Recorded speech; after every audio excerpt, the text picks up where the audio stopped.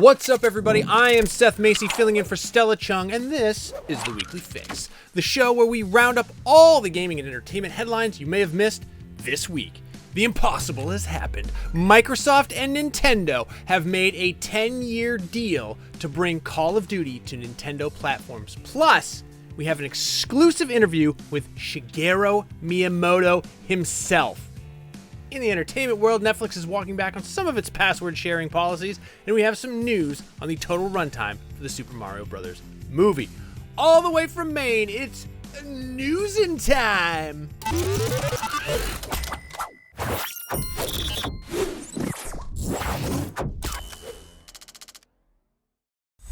Microsoft President Brad Smith has confirmed the company has locked in a 10-year agreement to bring Call of Duty to Nintendo device owners the same day as Xbox, apparently with full feature and content parity.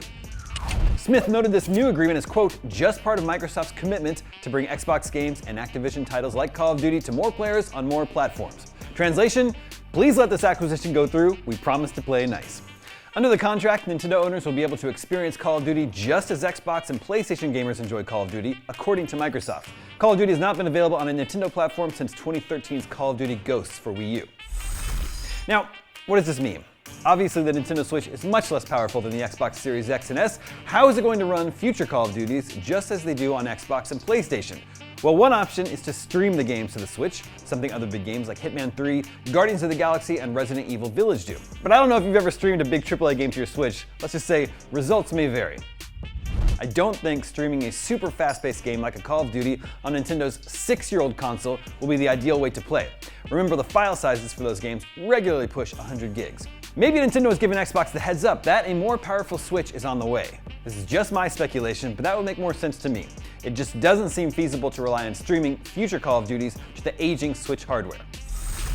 In any case, the Microsoft and Activision deal still needs to go through, something many governmental and business organizations like PlayStation are trying to make difficult. Moving on, Virtuoso Cesar, a former creative director at Virtuos, which helped develop Marvel's Avengers, has apologized for how the game turned out and cited a challenging production for it not becoming what it could have been. By the way, as far as I can tell, it's just a coincidence that his name is so similar to the studio he worked for. Speaking to Edge magazine, Cesar didn't go into much detail about the problems that led to Avengers' disappointing reception, but he apologized for it nonetheless. He said it was a challenging production, let's say. I apologize for that. Now, I'm not sure why he feels the need to apologize, considering Crystal Dynamics was the primary developer on Avengers, unless the support studio, Virtuos, was the one gumming up the works? Unclear. Cesar left Virtuos in 2020, the year Avengers was released, and is now working on the Lords of the Fallen, the reboot of 2014's Lords of the Fallen. As for Marvel's Avengers, active development has ended for the live service game, and support will be discontinued on September 30th. It will also no longer be available to purchase. If you think it's weird that we're suddenly getting a Mario movie and a Mario theme park, get used to it. Because Shigeru Miyamoto believes Nintendo's strengths are in its characters, not just its games.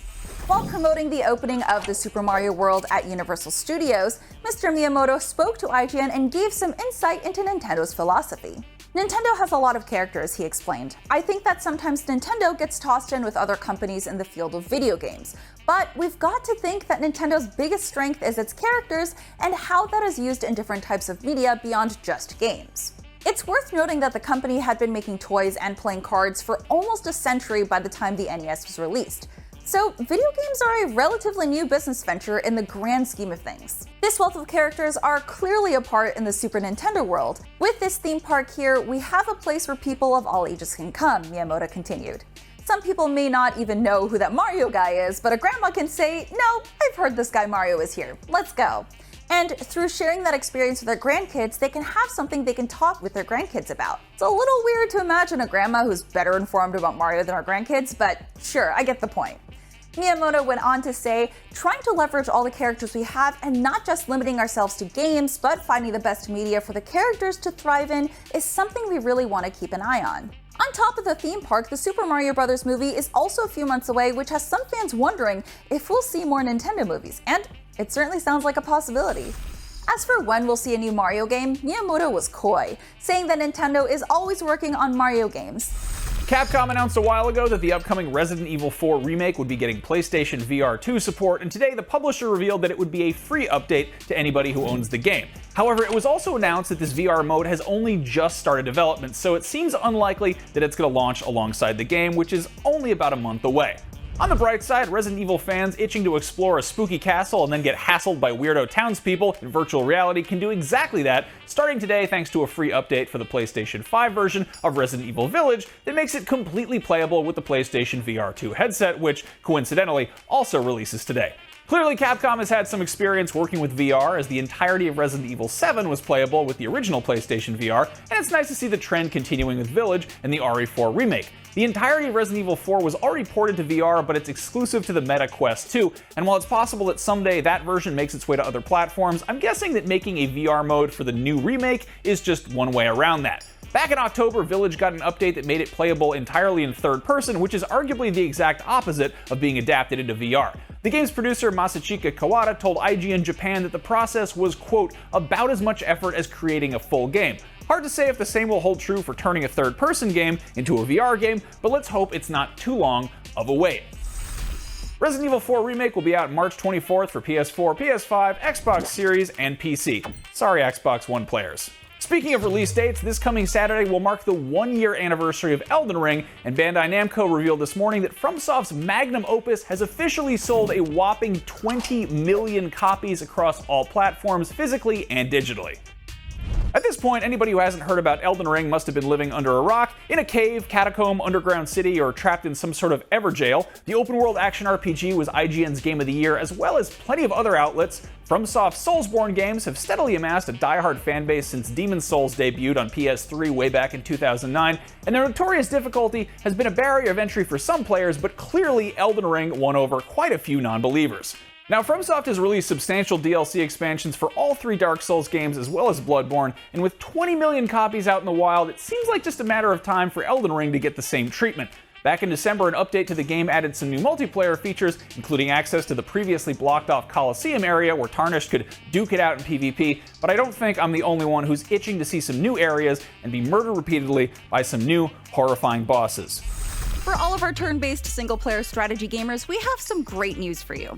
Firaxis has officially announced that Civilization 7 is in development. This shouldn't be a huge surprise considering how successful the first 6 games in Sid Meier's long-running series have been. This news came buried in the announcement that longtime studio lead Steve Martin will be stepping down, with his former COO Heather Hazen taking over in his place. Hazen said, quote, "I'm thrilled to have this opportunity to carry on the studio's storied legacy, beginning with the announcement that Firaxis is in development on the next iteration of the legendary Civilization franchise." She also went on to say, "I'm lucky to be working with some of the best developers in our industry, and we have plans to take the Civilization franchise to exciting new heights for our millions of players around the world." In addition, we will continue to support Marvel's Midnight Suns with post-launch content and explore new creative projects for our teams. That call-out for Midnight Suns was most likely stated to share confidence in its players after Jake Solomon, the creative director and lead designer of the XCOM games and Marvel's Midnight Suns, left Firaxis after 23 years. Announced today in a tweet, Solomon said he only had positive feelings for his time at the studio and was only leaving to pursue a new passion. He said, "I love designing tactical turn-based games, but it's time for other, smarter people to push that space forward. My brain is on fire with a new dream. Time to go chase it." With Solomon leaving, this does mean that the 3 leading figures behind the XCOM franchise have all left. Solomon, Garth DeAngelis, the producer, and art director Greg Forch. But Solomon and Hazen seem confident in the team now holding up Firaxis, and we'll get a glimpse at what the team can do with Civilization 7. So we'll be sure to keep you updated on the game as we get more news. In other strategy game news, Ubisoft just quietly launched The Settlers: New Allies on PC. This wasn't exactly a surprise stealth release, but it wasn't exactly heavily publicized. New Allies is the first installment in 13 years, acting as a soft reboot with modern graphics and improvements while still keeping its classic real-time strategy mechanics. New Allies will also be hitting all other consoles on March 23rd, as well as Amazon Luna. Pre-orders go live on the 15th. As excited as RTS fans may be about this, Ubisoft didn't advertise new allies at all and didn't make any real announcements for it. And it's not like Ubisoft had much else going on. A lot of games have been delayed and a bunch more just completely cancelled. In yesterday's quarterly earnings call, Ubisoft CEO Yves Guillemot told investors that their gaming cancellations were necessary to make room for all the games that remained. Okay, so maybe promote those games that are getting released. Anyways, Guillemot said that the cancellations left them with the right number of games and that those are progressing well with the goal of launching a lot of games in the financial year 2024. What the right number or a lot means remains unclear, but Guillemot noted that most of these games will have post-launch content and acknowledged it was important that talent and resources were able to meet those demands. Crunch culture remains an issue throughout the gaming industry, so if canceling the projects is one solution, so be it. Bite off as much as you can chew, I guess. Ubisoft probably has some surprises in store, but Assassin's Creed Mirage, Avatar Frontiers of Pandora, The Division Resurgence, and Skull and Bones are all confirmed, and most of those are live service games that'll live or die by their post-launch content. We'll have to see what Ubisoft shows at the E3 event this year, which they've said they would attend if it happened. Someone should probably let them know that E3 is confirmed to be happening from June 13th to the 16th of this year. Speaking of supporting games, Nintendo has given us a sneak peek at what changes are coming to Pokemon Scarlet and Violet in the February update, though they haven't given an exact release date yet. This patch will include several bug fixes and a handful of quality of life adjustments that fans have been asking for. As outlined on Nintendo's website, the quality of life changes revolve around Pokemon boxes, making it easier to manage the status of all Pokemon in one place. From the Pokemon summary screen, players can now change the nicknames, markings, held items, and mark or ribbon-related titles, reorder moves, have the Pokemon remember or forget moves, and use TMs. The patch also makes it easier to swap out held items and move Pokemon in large quantities, and tell which Pokemon are in battle teams. The bug fixes address multiple major issues around Terra Raid battles and battles. You can read all the specific patch notes on their blog post, but Nintendo says that they would continue to update Pokemon Scarlet and Violet to address further issues in the future. When Super Smash Bros. Made its debut in 1999, Nintendo devised creative ways to promote it to gamers. That effort included a bizarre yet amusing real-life slugfest with fighters wearing Nintendo costumes called Slamfest 99. And now some sleuths on Reddit have uncovered high-quality photos of the event, showcasing how this early high-concept gaming event went down. This IRL Super Smash Bros. Exhibition took place in Las Vegas at the beginning of 1999 in front of a live audience. The event has been something of a legend in online gaming communities. Vice previously reported on efforts to find media back in 2020, but not much came from it. During the event, the fighters in Nintendo costumes would duke it out, with the referee determining which of the characters from the Smash Bros. Lineup had the upper hand. Not only did it feature some fairly high-end cosplay for Pikachu, Mario, Yoshi, and Donkey Kong, the very same ones from the famous N64 commercial, it was also broadcast on the internet for fans to watch online. Recently, Reddit user Bozo SSB posted a treasure trove of photos showcasing the event and what happened behind the curtain. These photos were taken by an Ed Espinoza while working at the event. The photos are of a surprisingly high quality considering they're almost 25 years old and have been hidden away until now. What remains unclear is which Nintendo character actually won Slamfest 99. Here's hoping video of the event is found someday. Moving on, remember Multiversus? Chances are you don't. While the fighting game started strong last summer with 150,000 online players on Steam, that player count has dropped over 99% in just 7 months. With content drops and seasonal updates sporadic, interest in Multiversus has subsided considerably. These numbers come from the SteamDB online database, which tracks Steam games activity and how many active users are engaged.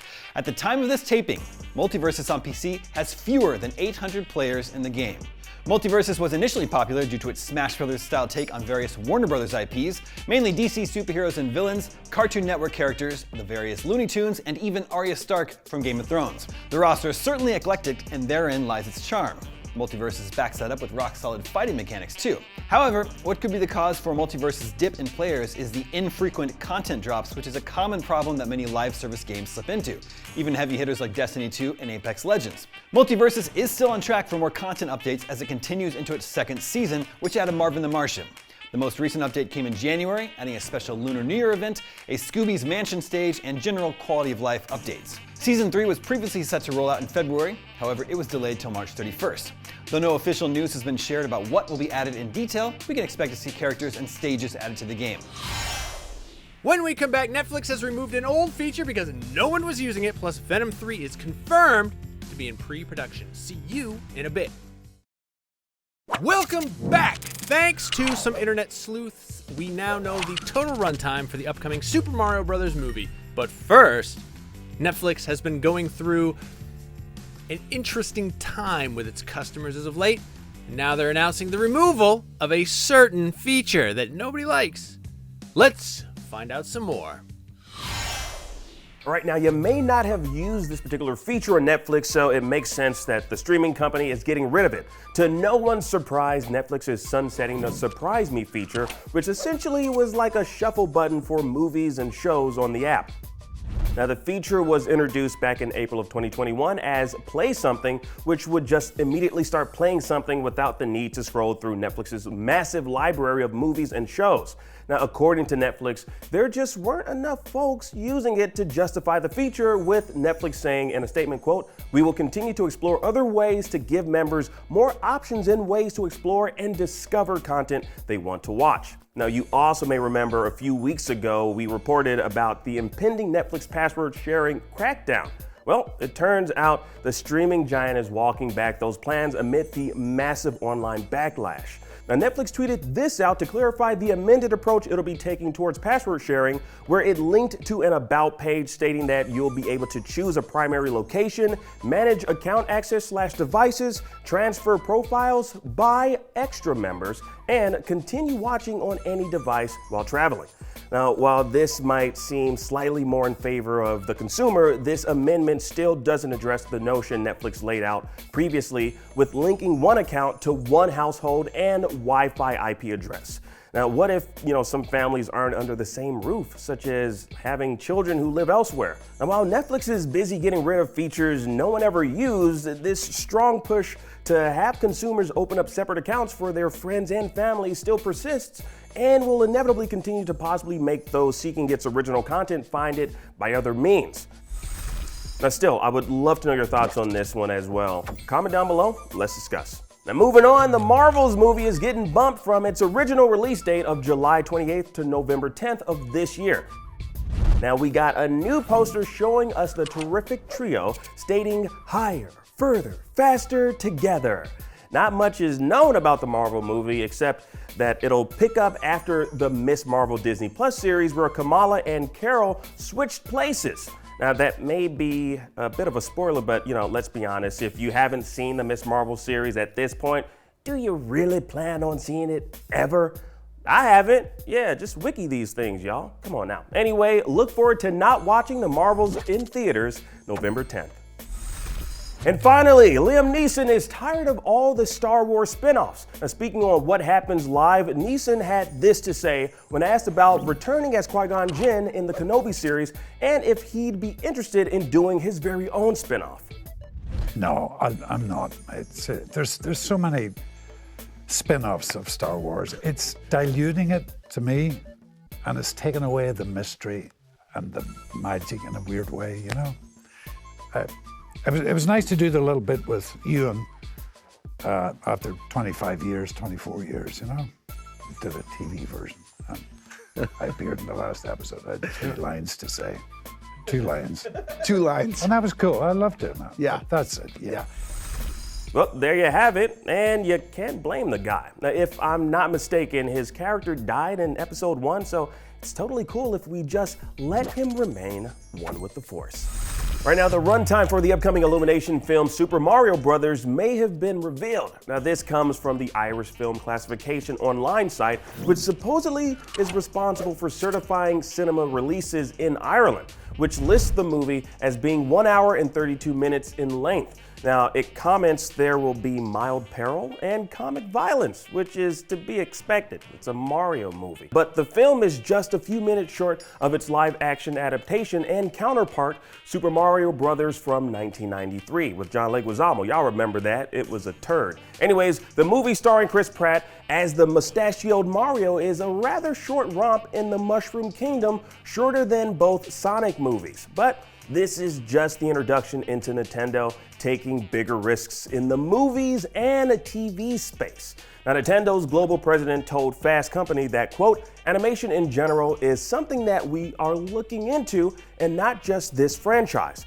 Then he went on to say, quote, although the ways we are expanding our IP are increasing, we are very, very careful about where and how our IP is licensed. We are not deploying our characters and worlds merely to increase public exposure. Now, this is great news to hear because Nintendo has been sitting on a solid list of IPs for decades now, and it's surprising how few of them have transitioned into movies and animated shows. But with successes like 2019's Detective Pikachu and potentially this upcoming Mario movie, hopefully the tides are indeed changing and we'll see more Nintendo IPs across the silver and small screens. But I'm curious to know, what Nintendo IP would you love for them to turn into a movie?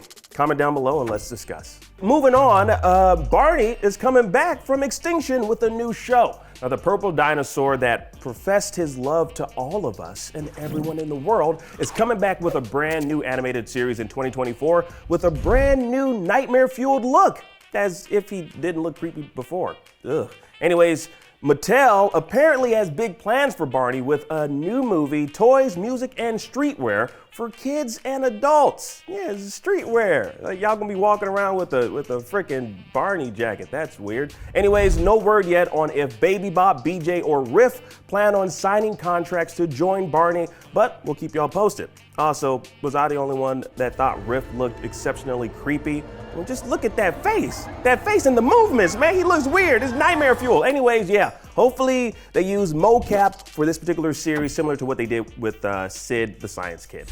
Now, some good news for Netflix's Avatar: The Last Airbender live-action series. Now, it seems the streaming giant managed to land one of the composers behind the music from the hit classic GoldenEye 007 video game, as well as the score for Star Wars: The Clone Wars and the cult classic PlayStation 4 exclusive, The Last Guardian.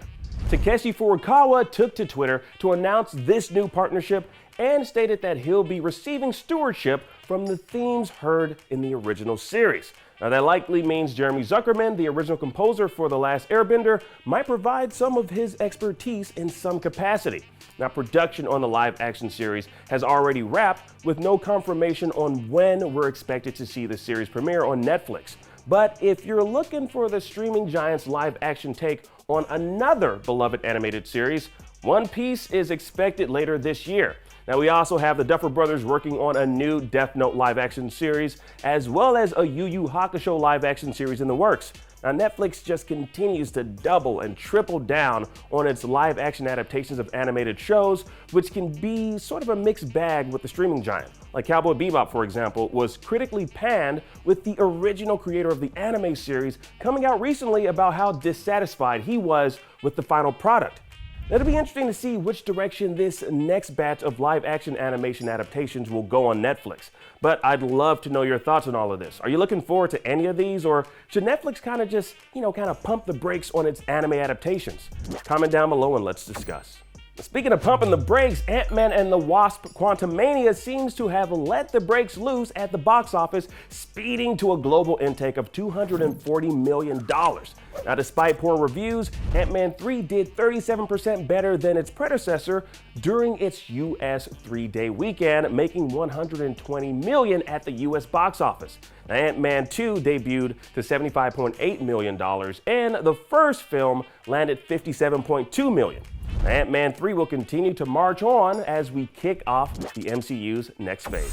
Thanks to Tom Hardy, we know that pre-production on Venom 3 has kicked off, with Hardy posting this crudely recorded deleted scene from the first movie. Now, in it, Eddie Brock is having that internal struggle with Venom, with Hardy performing the tried and true back and forth dialogue with the symbiote, as well as spastic movements. The caption for the IG post remarked on how this particular clip cropped up during his work on the upcoming Venom sequel. Now, we got the green light on Venom 3 back in April of 2022, teased as the finale for the anti-hero. Now, writer and producer for the first two movies, Kelly Marcel, will be directing. Now, as the Sony Marvel Universe expands, Venom isn't the only Spider-Man adjacent character hitting the big screen. Now, Madam Web and the Bad Bunny starring El Muerto will be receiving the silver screen treatment, as well as a Hypno Hustler film starring Donald Glover. And let's not forget the Kraven the Hunter movie we should be expecting later this fall. Now, as for who will be the villain in Venom 3, well, it could be a series of Venom foils. Perhaps we'll see one of the Venom storylines from the comics play out. like The Bride of Venom, which heavily involves Spider-Man, or maybe even Planet of the Symbiotes. Now, we're still waiting to see what'll come of the potential Spider-Man Venom crossover that's been teased in both Venom 2 and No Way Home. Now, until then, we'll be seeing the symbiote slither its way onto the big screen in Venom 3. Now, one thing that seems to fail to slither onto any screen is the Gorillaz movie, which just got the can from Netflix. Now, you may not have known this, but there was an animated movie in the works at Netflix based on the 2D, sometimes 3D musical troupe, but lead singer Damon Albarn gave us a grim update while talking about the upcoming album, Cracker Island. Can I say that? That's weird to say that. Anyways, he said, quote, "The new record came out because co-creator Jamie Hewlett and I were often in Los Angeles. We were working on a Gorillaz feature film, which will never happen." Now, he went on to say, quote, "The streaming platform for which we were making the film has withdrawn. They started to panic because they were making too much content and decided to cut back on their movie offerings. And as has been classic Hollywood practice for decades, the guy we were working with has moved on to another company." That really sucks to hear because there's been some sort of animated project in the works for decades, and it's surprising nothing has materialized up to this point. But at least we can all enjoy some of that sweet, sweet music on Cracker Island, which just really sounds weird to say. I'm Seth Macy filling in for Stella Chung, and that was your weekly fix. We'll be back here next Saturday with more of the biggest gaming and entertainment news of the week. See you then.